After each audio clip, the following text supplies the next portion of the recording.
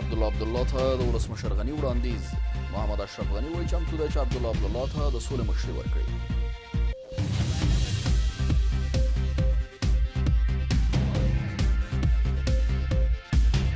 وسیله از این شورای عالی صلح هست.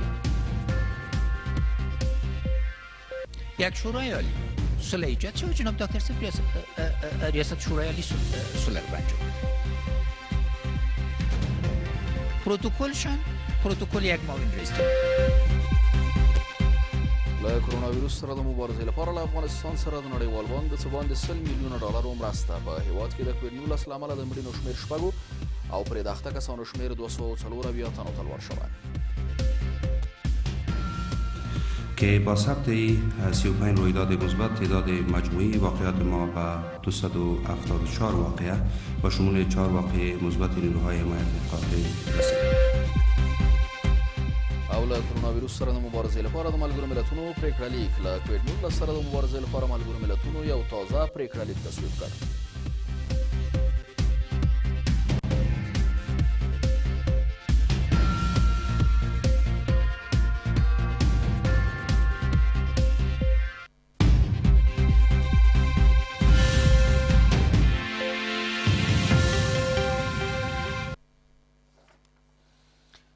سلام، د شپږو بجو خبري ټولګې ته ښه راغلاست. نن جمعه د 1499 هجري لمریز کال د وري 15 او د 2020 میلادي کال د اپریل 3 نیټه ده. دا هم پوره خبرونه بیان سید ادریس سادات. ولسمشر غني وایي عبدالله ته د سولې پروسې د رهبرۍ وړاندیز کړی دی. محمد اشرف غني چې د ولسي جرګې له غړو سره یې په یوه غونډه کې خبرې کولې ویلي د یو پروتوکول له مخې چمتو دی چې عبدالله ته د معاونیت امکانات په واک کې ورکړي.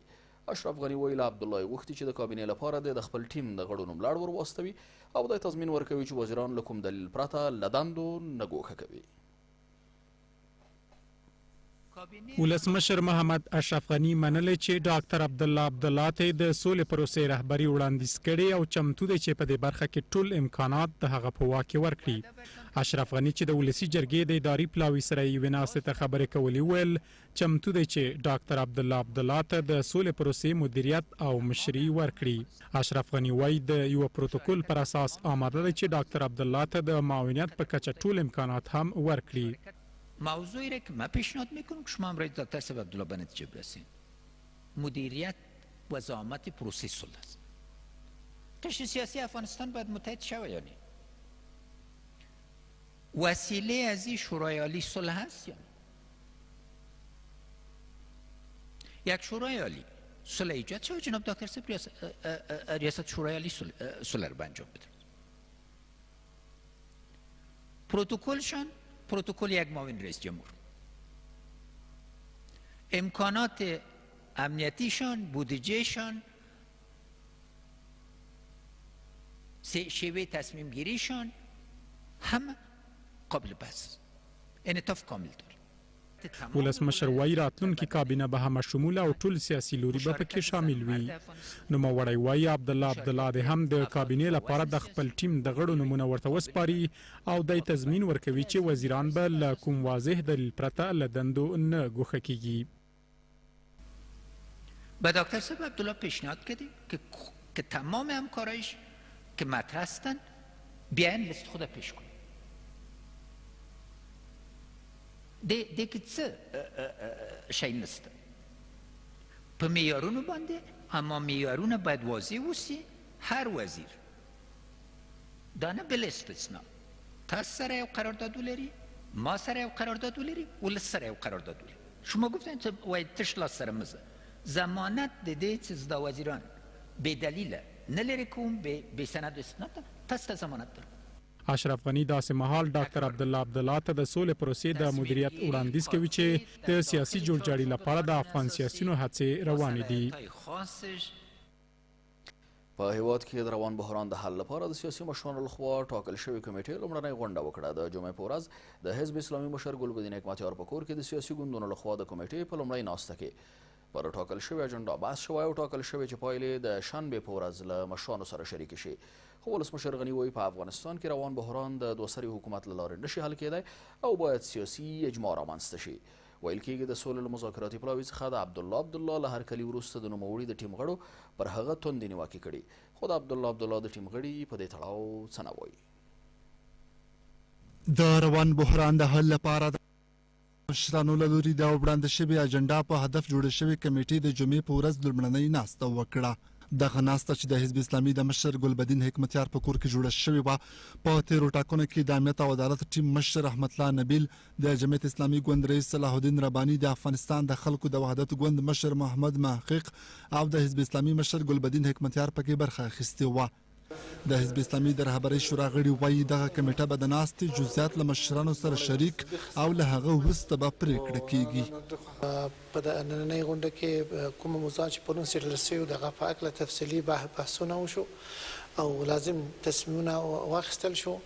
کېدای شي بیا بله جلسه دایریږي د کمیټې چې کوم کار و د افغانستان د سیاسي حالاتو په هکله، د سیاسي بنبست د ماتولو په هکله، سیاسي بحران د ختمولو په هکله، همچنان کرونا سره د مقابلې لپاره د بین الافغاني سولې د مذاکراتو د روند پیل لپاره او د سولې د مدیریت او رهبرۍ لپاره ډېر تفصیلي خبرې وشي او دا خبرې به انشاءالله یو ځل بیا د عمومي د رهبرانو د سیاسي شخصیتونو عمومي ناسته کې چې کېدای شي دا یو ځل بیا جوړ شي، سبا ته یا بل سبا ته هغه کې دا یو ځل بیا څېړل کېږي.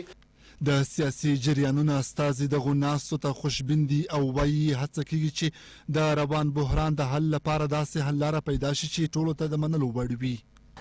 یکی رهبران سیاسی که در انتخابات دخیل نبودند، دوم چهره های مطرح سیاسی که در تیمه های انتخاباتی حضور داشتند و سوم هم مجلسین شورای ملی افغانستان فعال شدند.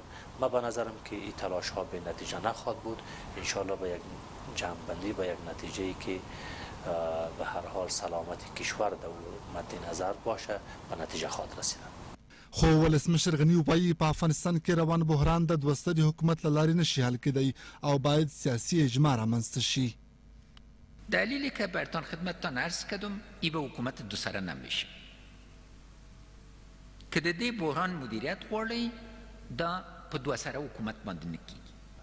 موضوعی را که من پیشنهاد میکنم که شما هم رای دکتر صاحب عبدالله به نتیجه برسید. مدیریت و زعامت پروسه صلح است. ویل کېږي د سولې له مذاکراتي پلاوي څخه د عبدالله له هرکلي وروسته د نوموړي د ټیم غړو پر هغه توندې نیوکې کړي، خو د ډاکټر عبدالله ټیم په دې تړاو څه نه وایي. په افغانستان کې د کووډ-19 یا کرونا ویروس د مثبتو پیښو شمېر 244 لوړ شوی دی. عامه روغتیا وزارت وایي په تیرو 24 ساعتونو کې په افغانستان کې 15 مثبتې پیښې ثبت شوي چې له دې سره په ټول افغانستان کې پر کرونا ویروس د اخته کسانو شمېر 244 لوړ شو. چارواکي وایي د کرونا ویروس له امله تر اوسه 6 کسانو خپل ژوند له لاسه ورکړی دی. په ورته مهال په افغانستان کې د یونما دفتر منلي چې په هرات ولایت کې یو کارکوونکی پر کووډ-19 ناروغۍ اخته شوی دی. په افغانستان کې د کرونا ویروس د مثبتو پیښو شمېر ورځ تر بلې مخ پر زیاتېدو دی. د عامې روغتیا وزارت وایي د کرونا ویروس د 15 تازه مثبتو پیښو له ثبتېدو وروسته په ټول افغانستان کې په دې ناروغۍ د اخته کسانو شمېر 284 تنو ته لوړ شو چې 15 په هرات او 14 په کابل کې ثبت شوي دي. 35 واقعه مثبت در لابراتوارهای وزارت صحت عامه در کابل، هرات و ننگرهار تثبیت شد که 15 واقعه مثبت در ولایت هرات، 14 واقعه مثبت در ولایت کابل، 1 واقعه مثبت در ولایت ننگرهار و همچنان در ولایت های دایکندی، بغلان و قندهار هر کدام یک واقعه ثبت شد که با ثبت 35 رویداد مثبت تعداد مجموعی واقعات ما به 274 واقعه با شمول 4 واقعه مثبت نیروهای حمایت قاطع رسید. د عامې روغتیا وزارت چارواکي وایي هڅه کوي چې په دې ناروغۍ د اخته کسانو د تشخیص پروسه چټکه کړي تر څو د ناروغۍ د زیاتې خپرېدو مخه ونیول شي. مسؤلان وایي د کرونا ویروس له امله تر اوسه 6 کسانو خپل ژوند له لاسه ورکړی او دا هغه کسان دي چې له ایران افغانستان ته راستانه شوي دي. که تعداد وفیات ما با جمع 2 واقعه فوتی به 6 واقعه میرسد. قبلا شما واقف هستین که 1 واقعه فوتی در ولایت بلخ داشتیم، 2 واقعه در 3 واقعه در هرات که واقع 4 بود و همچنین یک واقع جدید که در ولایت دایکندی داریم.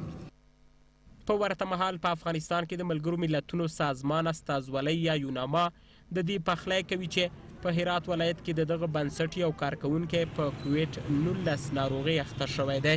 په افغانستان کې کوویډ 19 ناروغي داسې مهال د خپرېدو په حال کې ده چې دا مهال په ټوله نړۍ کې په دې ناروغۍ زرګونه کسان اخته شوي او زرګونه نور مړه شوي دي، خو د درملنې لپاره تر اوسه اغېزناک واکسین نه دی موندل شوی. په همدې حال کې نړیوال بانک له افغانستان سره د کرونا ویروس پر وړاندې د مبارزې لپاره $104 میلیونه د مرستې اعلان کړی دی. نړیوال بانک په یو اعلامیه کې ویلي دغه مرستې به په افغانستان کې د روغتیايي سیستم د تقویت او له کرونا ویروس سره د مبارزې پر لارو چارو ولګول شي. په افغانستان کې د نړیوال بانک استازی وایي دغه اداره له افغانستان سره په ستونزمنو شرایطو کې مرستې ته چمتو ده او د افغانستان د خلکو ترڅنګ دي. په افغانستان کې د کرونا وایروس د مثبتو پیښو له زیاتېدو سره هم مهال نړیوال بانک اعلان وکړ چې د دې وایروس خپرېدو د مخنیوي لپاره له افغان حکومت سره مرسته کوي. نړیوال بانک په یو اعلامیه کې ویلي په افغانستان کې د کرونا وایروس سره د مبارزې په برخه کې $104 میلیونه مرسته کوي. نړیوال بانک وایي مرسته شوي پیسې به د روغتیايي سیستم پر تقویت او په دې برخه کې پر روغتیايي خدماتو ولګول شي. د بیړنیو مرستو دغه بسته به د افغانستان په 14 ولایتونو کې په روغتیايي خدماتو او د سیستم پر پیاوړتیا ولګول شي، څو په افغانستان کې د کرونا وایروس د خپرېدو بهیر ورو او د خطر د زیاتېدو او اړتیا پر مهال د روغتیايي خدماتو په برخه کې مصرف شي. دغه پیسې به په کرونا وایروس د اخته کسانو د درملنې، روغتیايي کارکوونکو او د اړوندې برخې ډاکټرانو سره د مرستې لپاره ولګول شي. د نړیوال بانک په اعلامیه کې راغلي چې د دې مرستې $19.4 میلیونه نړیوال بانک او $1.8 میلیونه یې د نړیوالې پراختیايي ادارې له لوري ورکول کیږي. د نړیوال بانک مسؤلان وایي دغه اداره له افغان حکومت سره په هر ډول ستونزمنو شرایطو کې مرستې ته چمتو ده او هڅه کوي چې اړمنو ته بیړنۍ مرستې ورسیږي. په افغانستان کې د نړیوال بانک استازی وایي اداره په اوسنیو ستونزمنو شرایطو کې د افغانستان د خلکو ترڅنګ ولاړه ده او د دې وایروس سره د مبارزې په برخه کې د ټولو هڅو ملاتړ کوي. The World Bank announced a $100.4 million grant for the Afghanistan COVID-19 emergency response. نړیوال بانک ژمن دی چې د افغانستان له خلکو او حکومت سره په ستونزمنو شرایطو کې ودرېږي او ملاتړ وکړي. موږ د کرونا وایروس سره د مبارزې په برخه کې له ټولو هڅو ملاتړ کوو. دغه پیسې به د افغانستان د روغتیايي سیستم پر پیاوړتیا او د دې وایروس سره د مبارزې په برخه کې ولګول شي. نړیوال بانک ژمن دی چې د افغان حکومت او نورو نړیوالو روغتیايي بنسټونو سره په ګډه په دې برخه کې کار وکړي. نړیوال بانک داسې مهال له افغان حکومت سره د $104 میلیونه مرسته کوي چې تېره ورځ چین له کرونا وایروس سره د مبارزې په هدف له افغانستان سره د طبي تجهیزاتو مرسته وکړه. ولسمشر غني د هرات د والي په ګډون د څو ادارو لپاره نوي کسان معرفي کړل. ولسمشر غني د عبدالقیوم رحیمي پر ځای د چارو ادارې عمومي رئیس وحید قتالي د هرات د والي په حیث ټاکلی. د بامیانو والي طاهر زهیر د اطلاعات او فرهنګ د وزیر په حیث انتخاب شوی. ایوب سالنګي د محلي ارګانونو د خپلواکۍ ادارې د مرستیال په حیث ټاکل شوی دی او روح الله نیازی د محلي ارګانونو د خپلواکۍ ادارې د معین په حیث ټاکل شوی. که څه هم د هرات د والي د ګوښه کېدو علت نه دی روښانه، خو ویل کېږي د نوموړي د ګوښه کېدو یو لامل په هرات ولایت کې د کرونا ویروس په برخه کې د هغه له فعالیتونو څخه شکایت و. ارګ داسې مهال دغه تازه ګمارنې کوي چې ډاکټر عبدالله له وړاندې د همه شموله حکومت د کابینې د معرفي کېدو خبرداری ورکړی و، خو تر دا مهاله یې څوک نه دي معرفي کړي. په کابل کې پر ګرځېدو له محدودیت 2 ورځې وروسته لا هم په ښار کې خلک دغو مقرراتو ته پاملرنه نه کوي. د کابل ښار یو شمېر اوسېدونکي وایي له کرونا ویروس څخه په ویره کې دي، خو د اقتصادي ستونزو مجبورۍ له امله نشي کولی چې په کورونو کې پاتې شي او باید مرسته ورسره وشي. کابل ښاریان د خوراکي توکو له لوړې بیې هم شکایت کوي، خو ځینې هټیوال بیا د دې کار لامل د بندرونو او لویو لارو بندېدل بولي. عامه روغتیا وزارت خبرداری ورکړ که خلک د حکومت لخوا اعلان شوي مقررات په پام کې ونه نیسي ممکنه انساني ناورین رامنځته شي. په افغانستان کې د کرونا وایروس د خپرېدو له ویرې حکومت له هرات ولایت وروسته 2 ورځې وړاندې په کابل ښار کې هم پر ګرځېدو محدودیت وضع کړ. خو لا هم لیدل کیږي چې په بشپړه توګه نه دی عملي شوی او د خلکو ګڼه ګوڼه په خپل حال ده.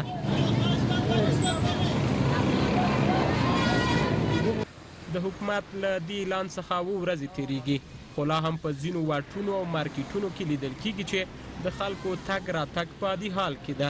د کابل ښار دغه اوسیدونکي چې ورځ مزدوري کوي وایي د اقتصادي ستونزو او مجبورۍ له امله نشي کولی چې په کورونو کې پاتې شي. ما از مجبوری مبرایم نمیتونیم قرنطینه خود کنیم. اگر ما خود قرنطینه کنیم اولادای ما چی کنه؟ از گوشنگی بمیره. 2 نفره که در ارگ شیشتن اونا بین خود جور نمیآیند. اونا فقط زدبندای سیاسی خود دارند، در فکر ملت نیستن. اگر در فکر ملت می بودن این ملت اینطور نمیشد. دیگه کشورها هست اگر 1 سال هم قرنطینه میکنن اونا غذای پشت خانهشان میرن، غذای 3 وقتشان میرن. د حکومت لخوا په ښار کې پر ګرځېدو له محدودیت وروسته د خوراکي توکو او لومړنیو موادو قیمتونه هم لوړ شوي او کابل ښاریان د سوداګرو له دې کار څخه شکایت کوي. خو دوکانداران وایي خوراکي توکي افغانستان ته لږ راځي. علتش اینمی است که راه بسته است، مال درست نمیه، مالا قیمت شده. وقتی که اینا اینا کارم بکنه سر دکاندار مال قیمت سودا میکنه، طبعا دکاندار بالا مشتری قیمت سودا میکنه. راه بند است، از دولت میخوایم که عدد واز کنه، مرزا رو واز کنه، موترا رو اعلام بده که مال بیای، مال ارزان میشه. اگه مال نبیه خب کل جا قیمت. په ورته وخت کې عامې روغتیا وزارت خبرداری ورکړ چې که خلک د حکومت له لوري اعلان شوي مقررات په پام کې ونه نیسي ممکن انسانی فاجعه رامنځته شي. قرنطینه اگر به شیوه علمی و درستش صورت نگیره و مورد اجرا قرار نگیره فاجعه بار است. ما بارها گفتیم باز هم میگم که فاجعه میآفرینه. کابل ښاریان داسې مهال له کرونا ویروس سره سطحي چلن کوي چې د افغانستان په یو شمېر ګاونډیو هیوادونو کې د دې ویروس د مثبتو پیښو او مړینې شمېر ورځ تر بلې په زیاتېدو دی. په ټول افغانستان کې په کرونا ویروس د اخته کسانو شمېر شاوخوا 300 تنو ته ورسېد خو لا هم ډېری کابل ښاریان له دغه وژونکي ویروس سره سطحي برخورد کوي او جدي نه ګڼي. دوی د دې لامل اقتصادي ستونزې یادوي او په ښار کې د خوراکي توکو د لوړو قیمتونو څخه شکایت کوي. محمد وسیم وصال، کابل نیوز، کابل. واشنگټن وایي ارګ ته د مالیې وزارت د صلاحیتونو انتقال د دې مهم بنسټ د تضعیف لامل شوی او نړیوال اعتبار زیانمنوي. د امریکا متحده ایالاتونو بهرنیو چارو وزارت ویلي مالیې وزارت چې د نړیوالو مرستو د جلب او کورنیو عوایدو د راټولېدو پر یوې بااعتباره ادارې بدله شوې وه. د ولسمشر لخوا یې پر څو برخو ویشل او پر مالی چارو انحصار فساد ته زمینه مساعده کړې او وزیر عملاً څنډې ته شوی ده. د ولسمشر له لوري په مالیې وزارت کې تازه تغییرات د متحده ایالاتو له سخت غبرګون سره مخ شوي او دغه اقدام یې د ملکي ادارو د سیاسي کېدو چاره بللې ده. ولسمشر غني تازه مالیې وزارت د عوایدو او ګمرکونو خزانې او پر مالي ادارو ویشلی چې په لویه کچه به ولسمشرۍ ماڼۍ ته ځواب ویونکی وي. خو د امریکا بهرنیو چارو وزارت وایي په څو برخو د مالیې وزارت ویشل او ارګ ته د صلاحیتونو انتقال د دغه مهم بنسټ د تضعیف سبب کیږي او په دې اداره د نړیوالو باور له منځه ځي. ارګ ته د کلیدي وزارتونو د صلاحیتونو انتقال د قانون حاکمیت او پایدارې سولې لپاره بدې پایلې لري. اشرف غني د فبرورۍ په 19مه په یو فرمان کې مالی وزارت په 3 برخو تقسیم او عملاً صلاحیتونه ارګ ته انتقال کړل چې دا کار د مالی وزیر د څنډې ته کېدو په معنا دی. دغه تغییرات د مالی وزارت د ټوټه کېدو او د یو مهم مالی بس د سیاسي کېدو په معنا دی. دا اقدام د یادې ادارې نړیوال باور ته زیان رسوي. د عوایدو او مرستو راټولولو چارې ارګ ته منحصریږي او هغه به په هر څه تمرکز لري چې دا چاره مالی فساد ته لار خلاصوي. د امریکا بهرنیو چارو وزارت ویلي د سیاسي مشرانو د اختلاف په اوج کې د ولسمشر له لوري په دې برخه کې د فرمان صادرېدل ستونزې لا زیاتوي او کله طالبانو سره د سولې توافق وشي نو دا چاره د سولې ټینګښت له ګواښ سره مخ کوي. د امریکا بهرنیو چارو وزارت وایي ارګ ته د مالیې وزارت د صلاحیتونو له انتقال وروسته به د مالیې وزارت رول تشریفاتي وي. صلاحیت به له ولسمشر سره وي او ملي شورا ته به هیڅوک هم ځواب ویونکی نه وي. په دې موضوع له هیڅ چا سره مشوره نه ده شوې. ملي شورا ته د مالیې د وزیر د ځواب ورکولو چاره له منځه وړل کیږي. په دې سره به پارلمان ته د مالی مسایلو د ځواب ورکولو ادرس له منځه وړل کیږي. او د جرګې په عمومي ناستو کې د مالی وزیر حضور بې ګټې کیږي. د مالیې په وزارت کې له وروستیو تغییراتو وروسته ویل کیږي د دې وزارت پخوانی سرپرست همایون قیومي چې هممهاله د ولسمشر سلاکار هم و له هیواده وتلی، خو مالیې وزارت او ولسمشرۍ ماڼۍ د دې خبر د رد او تایید په تړاو څه نه وایي. د ناټو عمومي منشي وایي وسله وال طالبان د جګړې په ډګر کې نشي بریالی کیدای، نو باید د سولې خبرو ته غاړه کیږدي. د ناټو عمومي منشي چې د ناټو د دفاع وزیرانو له ناستې وروسته خبریالانو ته خبرې کولې ویل وسله وال طالبان باید تاوتریخوالی پای ته ورسوي او له امریکا متحدو ایالتونو سره د سولې هوکړې عملي کېدو ته ژمن پاتې شي. د ناټو عمومي منشي وایي یاد سازمان له افغان حکومت سره اوږدمهاله مرستو او د افغان پوځ روزنې او تجهیز ته ژمن دی. وسله وال طالبان باید د جګړې پر ځای سوله غوره کړي. نوموړی وایي د روان کال تر اوړي به په افغانستان کې د دې سازمان د ځواکونو شمېر 12,000 ته راټیټ شي، خو په وینا یې د ځواکونو وتل به بیا هم په شرایطو پورې تړلي وي. د ناټو عمومي منشي وایي افغانستان کې د روان وضعیت د پای ته رسولو لپاره باید ټول سیاسي لوري متحد شي او د وسله والو طالبانو په ګډون د ټول اړخونه بین الافغاني مذاکرات پیل کړي.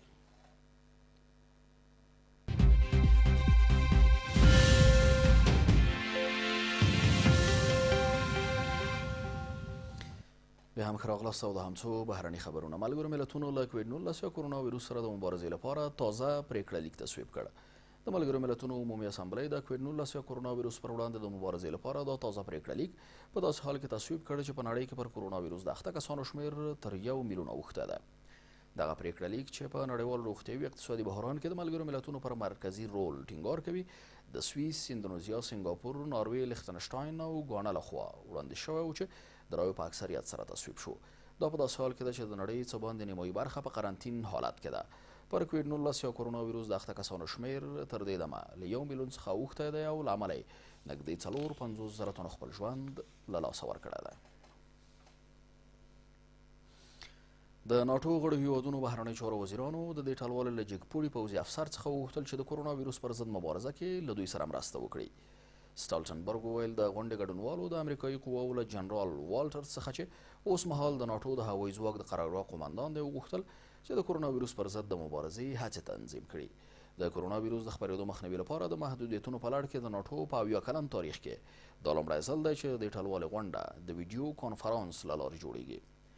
د ناټو عمومي منشي زیاته کړه چې جنرال والټرز به د غړو هیوادونو او متحدانو لخوا په بیړنیو حالاتو کې اړمنو سیمو ته د هوا له لارې د روغتیايي تجهیزاتو رسول تنظیموي او همداراز په دې برخه کې به اسانتیاوې رامنځته کوي. وروسته خبر مو دا چې د عراق حزب الله ډلې د دې هیواد د خلکو پر وړاندې د هر ډول تیري په اړه د امریکا متحدو ایالتونو ولسمشر ډونالډ ټرامپ ته خبرداری ورکړه. د المایادین خبري شبکې د ریپورت پر بنسټ د عراق حزب الله ډلې په یوې بیانیه کې ویلي چې موږ د ډونالډ ټرامپ د دولت جنایتکارانه ماهیت پیژنو او موږ د هیڅ لوري په غوښتنه نه بلکې د خپلې دیني دندې له مخې جګړه کوو. یا د ډله همداراز زیاتوي که امریکایي ځواکونه له عراقه بهر شي نو موږ به یې په نښه نه کړو. دا په داسې حال کې ده چې نیویارک ټایمز ورځپاڼې تېره اونۍ اعلان کړی و چې پنټاګون خپلو پوځي قمندانانو ته سپارښتنه کړې څو په عراق کې د جګړې او همداراز د حزب الله ډلې پر وړاندې د عملیاتو د زیاتېدو طرحې جوړې کړي. له دې سره سم روانه خبري ټولګه په همدې ځای پای ته رسېږي او تاسو رابولم له کابل نیوز څخه د پاتې سیاسي او خبري خپرونو لیدو ته. تر بیا ښې چارې.